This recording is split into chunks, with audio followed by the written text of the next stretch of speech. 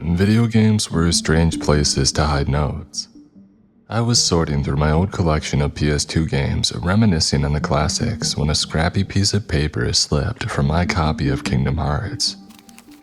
It had been neatly sandwiched behind the game itself, frozen in time. A folded crease splitting it in half. The corners were chewed. Kingdom Hearts was my favorite game as a little kid. We couldn't afford the consoles my friends were playing at school, but a PlayStation 2 was good enough for me. I didn't recognize the handwriting clumsily written in bright green marker, but what I guessed was a preschooler. "Siri, it's my turn to play. Give me the controller now, or I'm telling mommy, you're being a noodlehead. Noah. P.S. You have 5 seconds or the bomb will explode." Cute. The note felt strange in my hands, familiar and also not. I don't know what it was about this piece of paper, but just holding it made me feel almost hollow. A suffocating feeling slamming into me like waves of ice water. Loneliness. Suddenly it felt like I was alone in the world and always had been. My bedroom was too small, closing in on me. I choked out several breaths to get a hold of myself, squeezing the paper between my fingers. Why did I feel like I knew this writing? I didn't just know it. It felt like a part of me had been cruelly torn away, a piece of me I didn't know existed. And seeing these childish squiggles brought it back. Letting the note slip through my fingers, I shuffled back on my bed, my stomach twisting. I didn't have a sibling, but that was definitely my name written in a stranger's writing. "Sari, are you ready?" Mom's voice came from downstairs. I had forgotten that I had gone upstairs to grab a pile of games to take to the thrift store.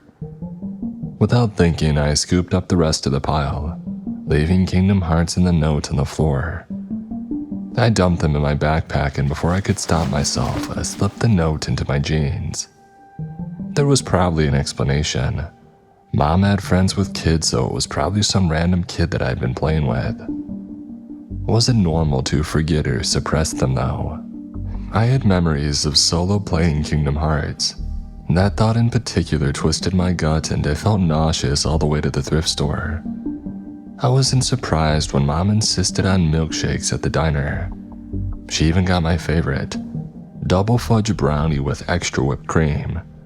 But I wasn't stupid. I may have been easily blackmailed as a little kid with sweet treats. Now, however, I preferred cash. I knew what this talk was about. Thanksgiving dinner at Grandma's. Mom had been playing around the subject for a while now, casually mentioning it over dinner, or when I was half asleep, spooning cereal into my mouth before school. I wasn't quiet about my disdain for Grandma's house. Located in the middle of nowhere, my Grammy's house reminded me more of Dracula's castle. There were too many rooms to get lost in, doors that led down hallways that reminded me of The Shining, and everything was frozen in the mid-1900s. Mom offered to renovate the house, but apparently Grammy was comfortable living like she was reliving the Spanish flu. I wouldn't have hated it so much if her house of horrors was actually interesting, but I wasn't allowed to explore. I had to stay in the lounge and freeze to death while the adults got tipsy on cocktails. Grandma repeatedly asking me if I wanted more candy. The year before was painfully boring. Grammy refused to turn the heating on, expecting her tiny fireplace to actually generate heat around the house. I spent the whole time that year curled up in a chair playing on my Switch, which died halfway through dinner. I brought my charger, but none of the outlets were working, of course. Grammy didn't have a TV, only an ancient radio that didn't even have a touchscreen. She did have an ancient games console, but there was no TV to connect it to. Thanksgiving was for family get-togethers, but in the Eaton household, it was more of an adult thing. I had no doubt that Thanksgiving 2022 was going to be just as insufferable. I had been hoping to use the "I'm almost 18" excuse, but Mom was winning me over with surprise shakes. The shake was as sickly as I had remembered. I downed half of it, sure that I was going to projectile whipping cream everywhere. The diner was our special place. Even the booth was ours. Ever since I was a kid, it was always the second booth from the door. I sat by the window, Mom opposite me. I found my gaze wandering. The seat next to Mom felt too empty, like somebody was supposed to be sitting there. There was that feeling again, a loneliness that I didn't understand. It was always just me and Mom, so why were my eyes stinging? Siri. Mom's voice tore me from my thoughts. I had been absently staring at the seat next to mine. I had a vague memory of being cramped up and squashed into the window. I looked up, downing the remnants of my milkshake to choke the question slowly taking form in the back of my throat. Yes? I swiped cream from my lips and fixed my mom with my best smile. I'll come to Grandma's for Thanksgiving dinner. Mom's expression crumpled. How? You conveniently bought me my favorite shake the day before Thanksgiving. I rolled my eyes when her lips broke out into a wide smile. It's not like I had a choice. Before she could burst from excitement, I pulled the note from my pocket and I smoothed it out in front of her. On one condition. I slipped up the last of my shake. In dangerous territory. I was going to bark if I kept downing the dregs of chocolate syrup sticking to the bottom of the glass. Can you tell me who wrote this? I don't think I had ever seen her go that pale before. Mom's expression crumpled. Her lips twitched, like she might speak before she pulled her mouth into a wide smile. Leaning forward, she plucked up the note like it was poisonous and stuffed it into her coat pocket. I opened my mouth to protest, but she was already speaking, at first hesitantly, like Mom was unsure of her words. Siri, she cleared her throat, wrapping both hands around her mocha. Do you remember Jane? I shrugged, pulling my legs to my chest. Again, my gaze was wandering, like it was searching for something or someone. I rested my chin on my knees, trying to avoid eye contact with Mom. Jane from Australia, I said. Your Facebook friend? Mom straightened up. Jane, she said, her tone hardening, like I was supposed to remember someone who knew me as a baby. You remember Jane. She lived down the block and made your favorite cupcakes. Her smile was too wide when she reached for my hand, entangling our fingers. Red velvet cupcakes, Siri. You remember Jane. Mom's eyes were manic, lips stretched into a grin, like she was trying to convince not just me but also herself. To her credit though, there probably was a Jane. Mom had too many friends to count, so it made sense that this woman would slip through my memory. But still, I couldn't seem to tear my gaze from the seat next to her, my mind trying and failing to carve a figure out of nothing. I blinked. There was nobody there, so why was my subconscious telling me otherwise? I hadn't noticed until that moment, but both of us were playing a game that neither of us wanted to lose. I didn't believe her, and she knew that I wasn't buying it. Mom studied me like she could see right through me.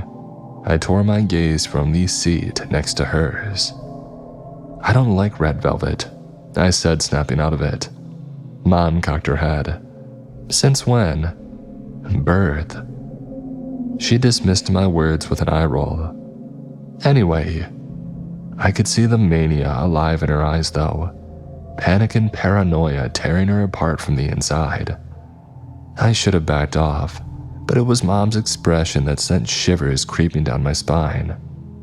She wanted me to believe her words, each one slipping from her lips, dripping with desperation. She didn't just want me to believe them. Mom wanted to believe her own BS. Well, Jane from down the block. Jane with the bad haircut, you know Jane. She bopped me on the head, still with that smile that was too wide. Mom had zero subtlety. She had a son who was the same age as you. His name, Mom cleared her throat, swiping at her eyes. She made it out like she was fixing her makeup, though I could have sworn that there were tears in her eyes. His name was Noah. Mom pulled out the note and waved it in my face, though I noticed that she was gripping it a little too hard. She slapped it on the table like she was putting the final card down, almost breathless, her smile widening. Mom was winning the game. I could hear her triumph in every word.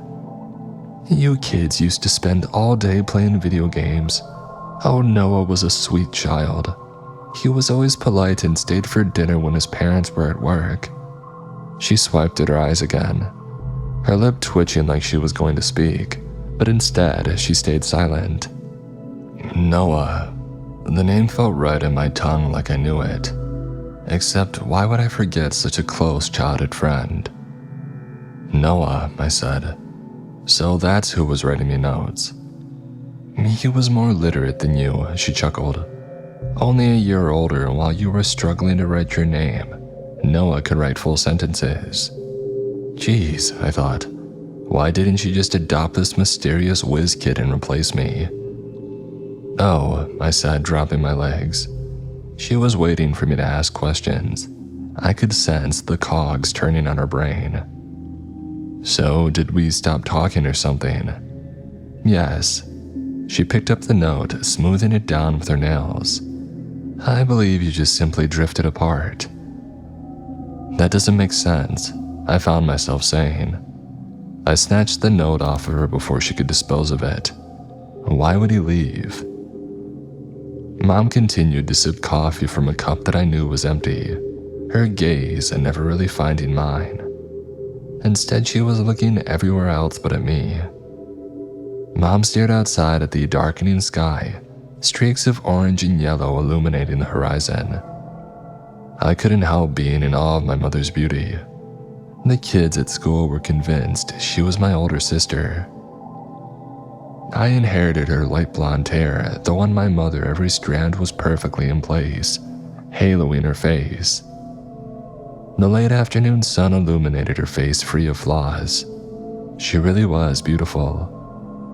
I was like a Walmart version. Oh, sorry, what was that, honey? Her tone was soft, almost whimsical, her eyes following fall leaves dancing across the sidewalk outside.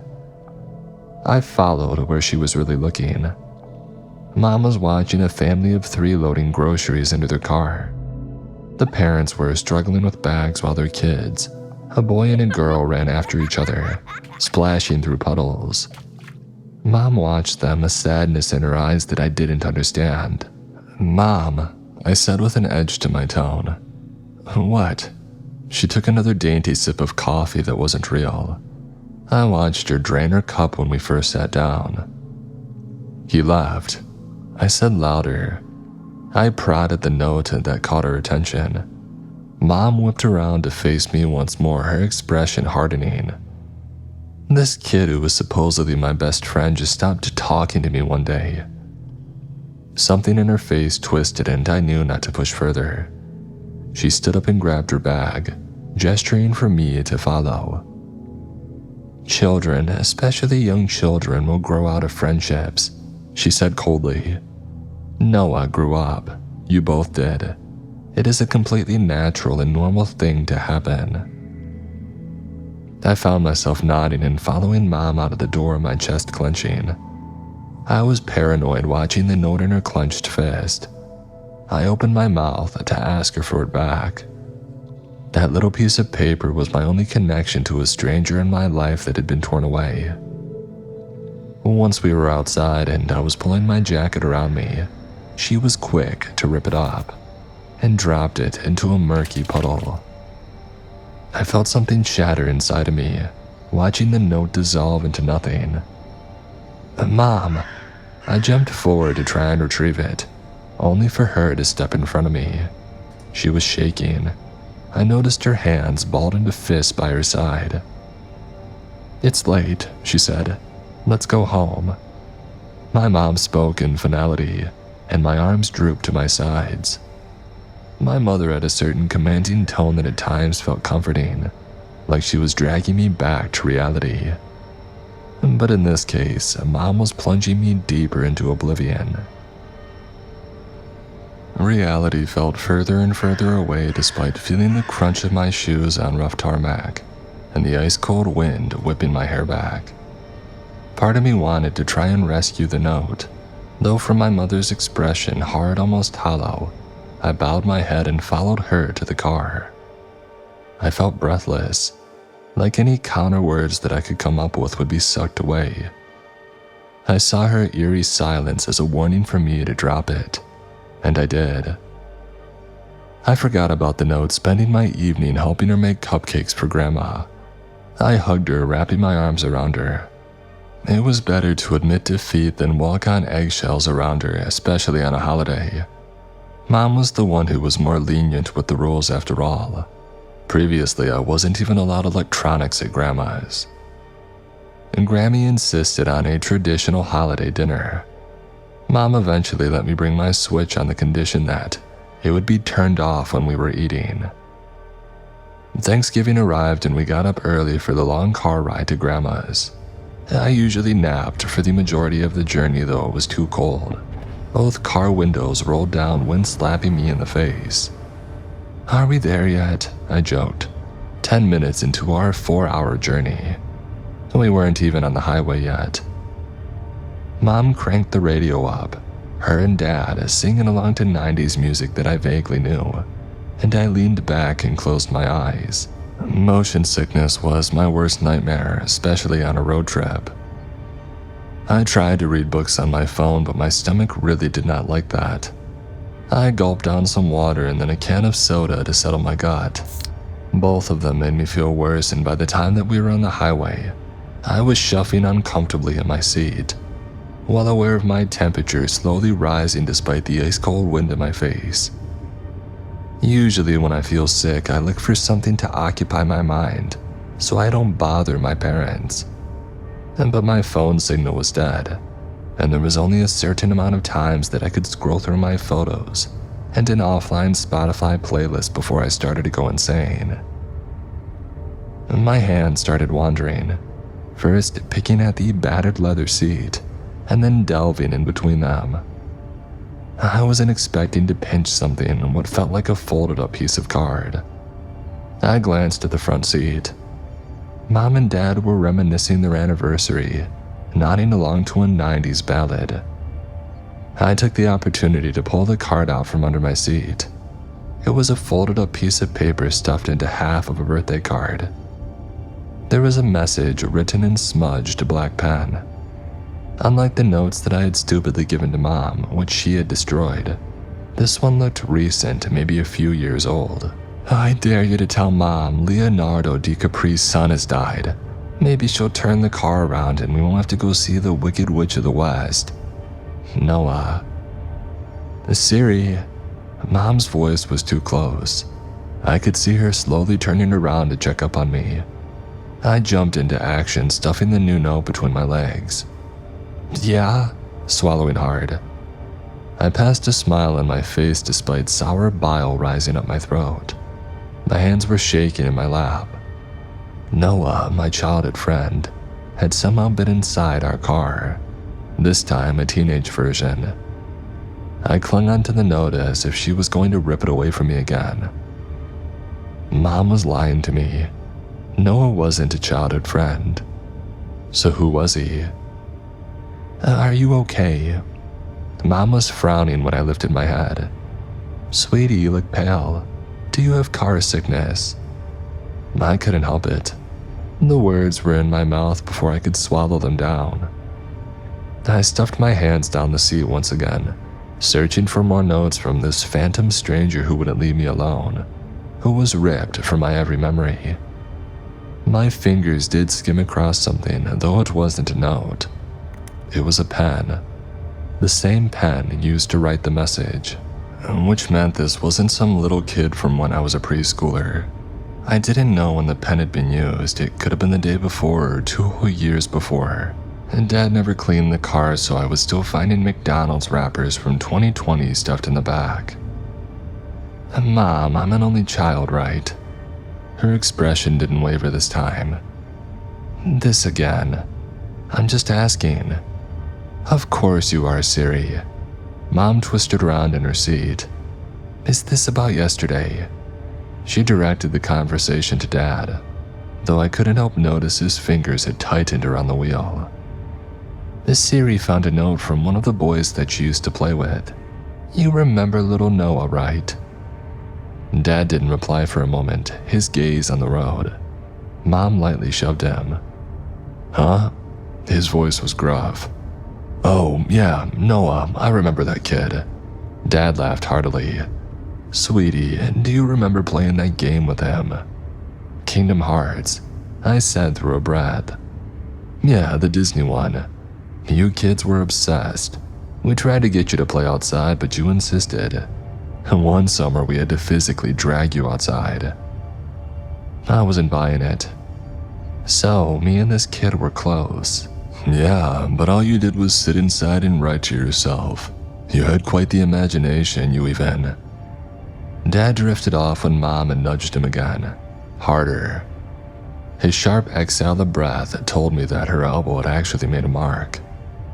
I watched his fingers gripping at the wheel, white smudging his knuckles of the crease between his brows. Noah, he was a really great kid. Mom's smile made my stomach projectile into my throat. Her eyes were too wide, almost cartoon-like she was doing her utmost to sway my thoughts, planting seeds in my mind. See, now why on earth would you think that you're not an only child? It's always been you, Siri. We only wanted one child, and that was you. I wanted to find sincerity in her eyes, but all I could see was slowly blossoming paranoia, fear twitching between her brows. Her gaze was on my clenched fingers, like she could sense the note. Eventually, she gave up. You were our first. Mom leaned back in her seat. And our last. I noticed her eagle eyes flash to the car mirror. And what have you got there? Nothing. I shoved the note in my pocket when she averted her gaze. Mom had eyes in the back of her head. I was only curious, I said, shrinking in my seat. I was with my parents, I was safe. I should have felt safe. So why did I feel like I was being driven into darkness? An unsettling feeling came over me and it wouldn't leave me alone. Mom didn't look like my mother anymore, more of a faceless shadow in the front seat, while Dad was drowned out completely. The sun was too bright and I had a sudden overwhelming urge to jump out of the car. When Mom chuckled and changed the subject to her and Dad's jobs, I leaned my head back, squeezing my eyes shut, allowing the jerking movement of the car to calm me down. I had to concentrate. If I did have a sibling, why would I have forgot about them? And more so, why would my parents try to hide their existence? I didn't mean to actually fall asleep. I dreamed of trips to the diner with 3 shadowy faces that I couldn't make out, and Mom. And this time I was squashed against the window, though I felt comforted by the silhouette next to me. I shoved them and they shoved me back, snatching my straw from my drink. But the figure did not have a face, neither did the one opposite of me. They existed as carvings of figures, footprints in the snow. Mom, however, did have a face. Her lips were moving, but her voice was drowned out. She was talking to the shadow man next to me, and I could hear phantom laughter that sounded both real and not, a voice trying to force its way through the barrier in my mind. Hey! My voice was real, enveloping theirs. Mommy, I don't want. One figure lunged across the table, this time grabbing my shake and pretending to drink it. I tried to look through the shadow, but there was nothing. Even its voice sounded wrong, like faded ocean waves. I was just staring into pooling darkness, a deep dark cavern where something used to be. Another memory hit me. This time I was in the back of Dad's car. The windows were dark, the moon following me through the window, bobbing through illuminated clouds. What did I tell you? Mom's voice was loud. I was squashed between 2 figures again, Neither of them moved. "Siri, give me the pen." Mom's voice swam in and out of clarity. "Honestly, how old are you? I'm so tired of this. Give me the pen now." Already I could sense my younger self shoving the pen down in the crease of the seat. "What pen?" My voice was giggly. "I don't have a pen." Mom turned around so fast that I jumped back. For one fleeting moment, she did not have a face. "Give me." The shadow with the voice reached out its long, spindly arm. "The pen." I shook my head. "What? Noah has it." The car jolted, the reflection of the moon dancing across the window. I blinked rapidly. The shadow with Mom's voice turned back around, her voice breaking around the words. "Siri, I don't know how many times I have to tell you this, but Noah is not."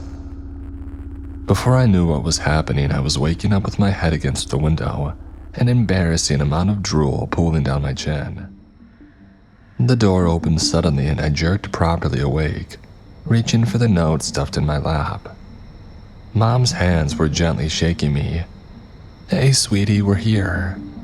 I could only respond through a grunt, jumping out of the car. My shoes landed in ankle-deep snow and I took a moment to groggily drink in my surroundings. It was lightly snowing, flakes dancing across my eyes and clinging to these strands of my hair. Grandma's house towered over us, a foreboding presence to it. There were no holiday lights or lights in general, so I had to use my phone flashlight, stumbling after my parents up the long, winding concrete steps and through the gate. And when we stepped through the door, I could see my breath in wisps of white. "Can we please turn on the heating?" I whispered, only for Mom and Dad to ignore me and head into the kitchen to greet Grandma, who was clanging around already making dinner. My grandma almost looked too good for her age. Her hair was held in a strict ponytail and just like my mother, not a strand was out of place. I was desperate for her skincare routine, because when she saw us, her face lit up, and her made-up eyes brightened. Grandma was made of sunshine on the outside at least. She didn't look a day over 30, free of flaws, smooth, perfect skin, and silky hair that I was envious of. I couldn't wait to grow up and to be ID'd past my prime. I stood at the door grateful for the warm golden light filling the darkness of the house. Mom pulled out food that she had made at home, and Dad made several unfunny dad jokes, popping champagne and offering to help Granny with the food. I waited for Grandma to suffocate me in hugs and throw sweet treats in my face, but she just continued talking to Mom about her job. After a while, I started to feel invisible. "I've applied to Berkeley, Grammy," I said out loud, only for her to speak right over me. Rude, but I figured she was excited to speak to my parents. And Dad made drinks, coffee for him and Mom and a sweet tea for Grandma. I headed over to the faucet to make my own, but he shut the cupboard before I could grab a glass. "Dad," I said, "can I get a drink of soda?" He didn't reply, laughing at the joke my mom made about his cooking. When I stepped in front of him and demanded a drink, his eyes didn't find me. Instead, drifting past, his lips latched to his own coffee mug. I stepped back and pasted a smile on my face. Being blatantly ignored stung, but I could play the same game. "Fine," I said, shooting Mom the stink eye. She continued, downing her wine to smile, splitting her lips. "I'll go entertain myself in the dining room." Usually the rule was for me to stay out of the dining room until dinner. I waited for them to come back to life, warning me to stay out, but they kept talking, completely ignoring my announcement. So I strode past my mother, intentionally knocking into her. She almost dropped her champagne glass, her fingers tightening around the rim. I waited for her to start yelling at me, though her eyes skimmed right past me. "Mom," I said through a sharp breath. I thought it was a joke at first, some stupid joke between adults. Except this joke had been going on for too long. I situated myself in front of her, waving my arms. "Mom, why are you ignoring me?" It wasn't just ignorance. I quickly came to realize my family had pretended that I didn't exist. I sat down with them for dinner at my usual place. I noticed there were more plates than needed at the table, including one for me, which was ignored. There were only my parents and my grandma, but there were 8 sets of plates and silverware. A glass was set in front of me, but it wasn't filled. When I reached to fill my own plate, since Mom had seemingly forgotten my existence, the food was swiped from the table before I could wrap my hands around the potato salad. I tried to grab the gravy. Same thing. Dad reached for it for his own dinner, ignoring my protests. When my family were eating, laughing, and joking around, I sat back in my chair, frustrated tears stinging my eyes. I started to notice it in slight splinters at the corner of my eye. When I was glaring at my mother eating the last of the turkey and giggling over the rim of her glass, something next to me moved. A fork slid across the table, daintily jumping into the air and hovering for a moment before dropping onto the floor. Mom definitely heard the loud clang, pausing and sipping wine from her glass. Dad stopped chewing, but Grandma stayed perfectly still. Her plate was still filled, as was her glass. I took the opportunity to stand up, making myself known. I picked up my own glass and dropped it onto the ground. "What is going on?" I demanded over the sound of shattering on the floor. Mom flinched and a shiver crept down my spine, phantom bugs filling my mouth. "Mom, I know that you can see me." Before I could stop myself, I strode over to her and snatched her wine, throwing it at the wall. But Mom didn't even blink. Though her gaze snapped to me for a fraction of a second, her hands trembling in midair as if still holding her drink, before dropping into her lap. Her reaction was enough to make me feel invisible. It was like a barrier stood between us. "Why are you doing this?" I whispered. There was that feeling again, swamping me in cold ice water. Loneliness. I thought I didn't know or understand it, but the feeling of suffocating in my own bubble, cut off from the people around me, was familiar. I knew the feeling of being ignored, and it felt like a blunt knife being violently dragged down my spine. I slumped back into my seat when they continued talking. "I know you can see me." The lights above flickered, Mom flinching again. "They don't want to see us, Noodlehead." The voice was both familiar and not, just like the note. Suddenly, it was as if a barrier I didn't know existed was pierced through. The voice slammed into me and I lifted my head. I exhaled and I could see my breath. The world continued around us, my parents talking and eating, while I found myself plunged into this unknown limbo between reality and something else entirely. The table was a lot fuller than I had remembered. The chair opposite me was occupied, a boy my age hiding behind a mess of blondish brown curls. Something acidic crept up my throat.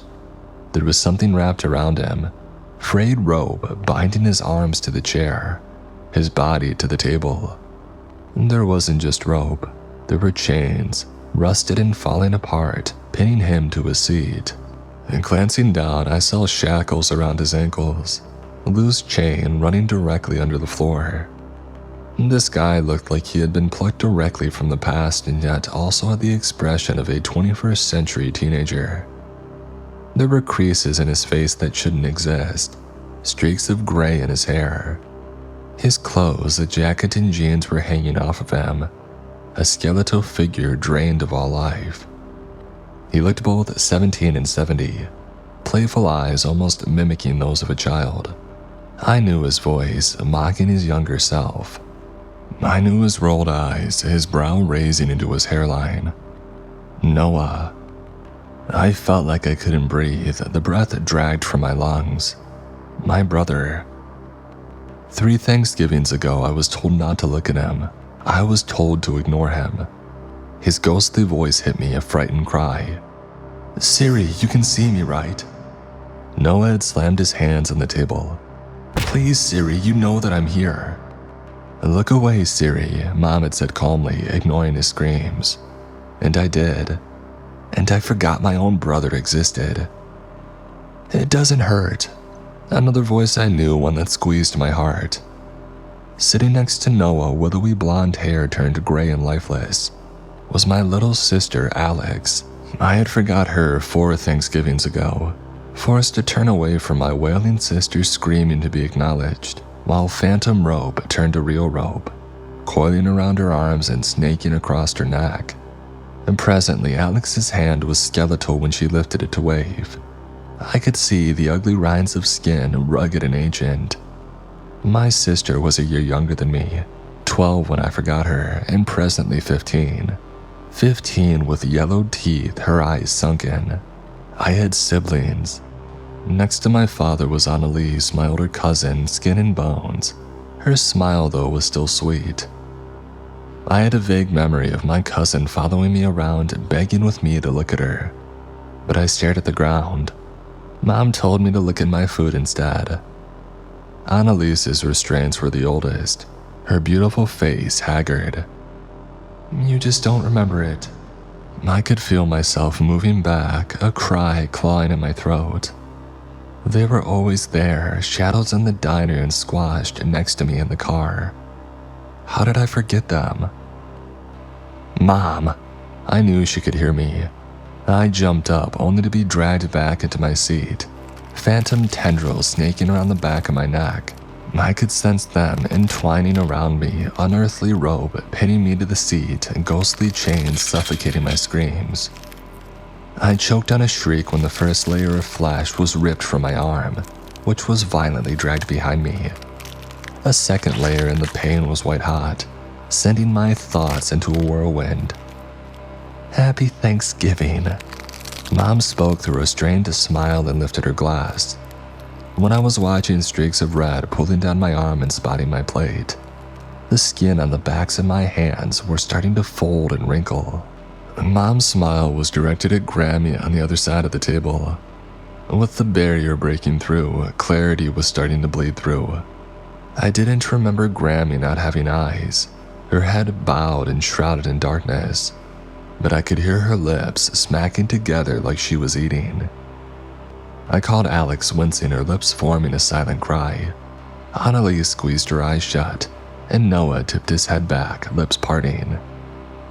Grammy was eating them, gnawing on them like fresh meat, stripping their flesh straight from the bone, sucking the life from their faces.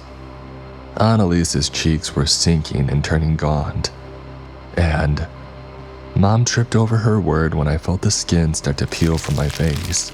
I could no longer feel pain, my body had become numb, but it wasn't a mercy. The more that I felt myself being stripped of my life, my mind, my thoughts started to turn to soup. I had to blink several times and remind myself of my name, but it was getting harder to string words together in my mouth. Happy 250th birthday, Mother. The lights flickered and Noah let out a breath. I'm sorry, he said, when that phantom tumor continued eating away through me, chewing through everything that I was. Grammy has to eat. I couldn't move my arms, they were already shackled down. My limbs were numb, unresponsive. Oh wait, Mom's voice was calm. She turned to my dad. Sweetie, could you go upstairs? This is new, Alex hummed, my brother agreeing with a low murmur. Dad's face turned ghostly white. But, he laughed, though it was choked. You said if we leave. I had never seen my dad look so scared. Mom didn't speak, but her expression was final. Dad's lip curled in disgust. He started to protest only to shut his mouth. Still though, he stood up and nodded, leaving the table. When he shut the door, Mom turned to Grammy. I didn't remember her not having eyes. She was still beautiful, youthful, and yet her eyes had been carved from her skull. With the barrier no longer there, I could see her for who she really was. Can I talk to my daughter, please? Mom asked the thing with Grammy's face. It nodded and slowly raised its hands to cover its eyes. Siri, Mom stood up slowly. She didn't move towards me or even look at me, but she did speak directly to me. "Do not look at them," she said in a sharp breath. "Don't touch them, don't speak their names or acknowledge them." Her gaze found each seat, Alex and then Noah and finally Annalise. "Run," she said. "There's an old phone box down the road. Tell them you need help and promise me you won't look back." When she lunged at me, part of me thought that she was going to attack me, except her trembling arms were going around my neck, squeezing me to her and then grasping for my restraints. "Promise me," she spoke through sobs that racked her chest. "Don't look at them, don't say their names, but when you realize what you've thrown away, you have to use it." Her smile was bright and beautiful despite her skin flaking away. "It runs in the family, Siri, remember that." When the ground rumbled and the thing that was my grandma lowered her hands from her eyes, my mother squeezed me tighter. I knew exactly what she meant. She didn't want me to forget them. Mom wanted me to save her children. I did not cry or scream when my mother started to wither away, her skin peeling and then melting from her bones when I jumped up on unsteady feet, grasping for my sister's chains and choking out her name. I was pulling my sister from the chair when Mom dropped onto her knees in front of Grandma and begged for forgiveness. Alex was already pulling a shaking-looking Annalise to her feet and Grandma let out an unearthly cry. The more of my family that I was freeing, Mom was growing more haggard, her face sagging. My hands were on Noah's arms and pulling the ropes from his wrists when our mother dropped to the floor, crumbling into dust. Grandma stood up then, nothing but darkness hidden behind her pretty face. My hands were caught on Noah's wrist, struggling through a particular knot, when Grammy, whose hair turned white and then gray, opened her mouth, revealing razor-sharp teeth. "Any day now," Noah hissed out. He twisted around. "I'm going as fast as I can," I whispered. "Siri, she's coming." I almost had it, but the knot binding his wrists together was stubborn. Grammy took a slow step, but just like Mom, she was starting to crumble. Noah jumped up, pulling the chain from his wrist. He was free, and Grammy, or what was left of her, was gone.